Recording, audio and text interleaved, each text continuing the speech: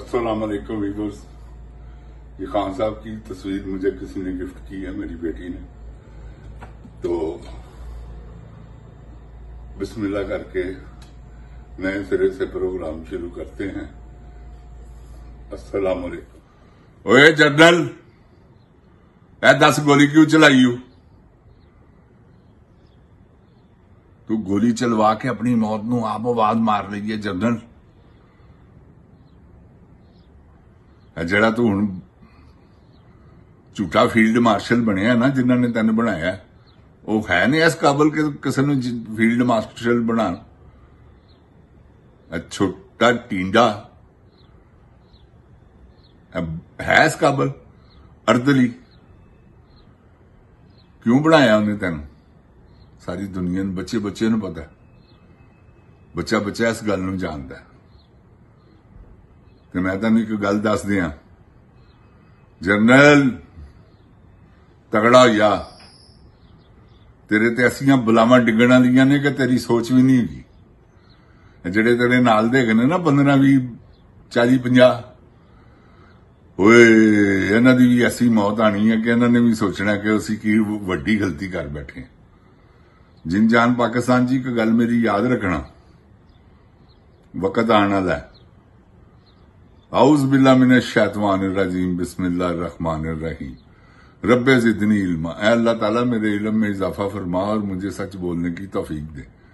अल्लाह को सच बोलने की तौफीक मंगी थी।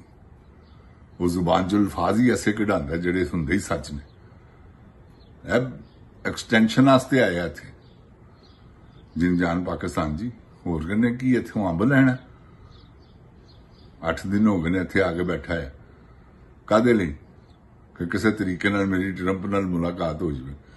हो गया प्रोग्राम, बन गया, कोई ऐसी गल नहीं। मुलाकात करके जेड़ा ने अंब पुट्टना है ना, पाकिस्तान आ गया, पुट्ट लवे, देखने की करता। यह सौदेबाजी हुई है। ते जिंद जान पाकिस्तान जी, जिसले भी गंडापुर दी की जुरत है गद्दार आदमी दी,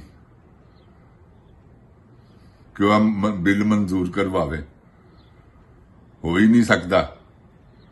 बिल मंजूर नहीं होना, उथे टिड्डी च काना फसिया रहना।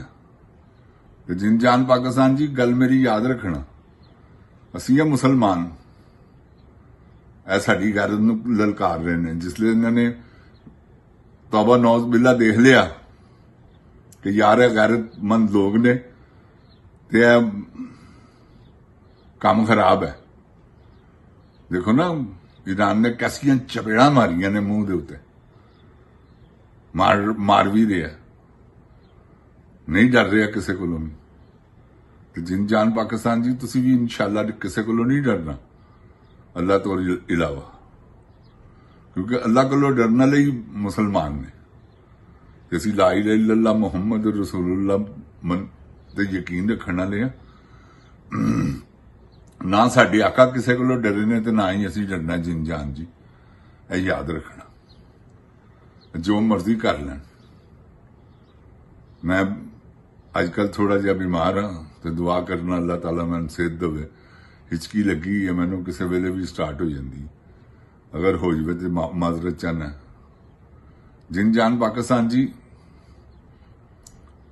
जिहड़ी गोली इन्होंने चलाती है ना, गोली चली नहीं हुई, गोली इन्हों के अंदर वड़ गई सारिया जणिया ने, जिन्हां ने बयान दिते। तुहानूं बयान याद ने ना, मोहसिन नकवी दे, ताड़र दे, ख्वाजा आसफ दे, उस तो बाद छोटे टींडे दे। ते दुआ करो अल्लाह ताला इमरान खान नूं रिहा करे। उन्हें अपना बदला तो कोई लैना नहीं, तो कौमी काम उन्हें कोई छड्डना नहीं जे, ओहदे च दल लपेट जाना।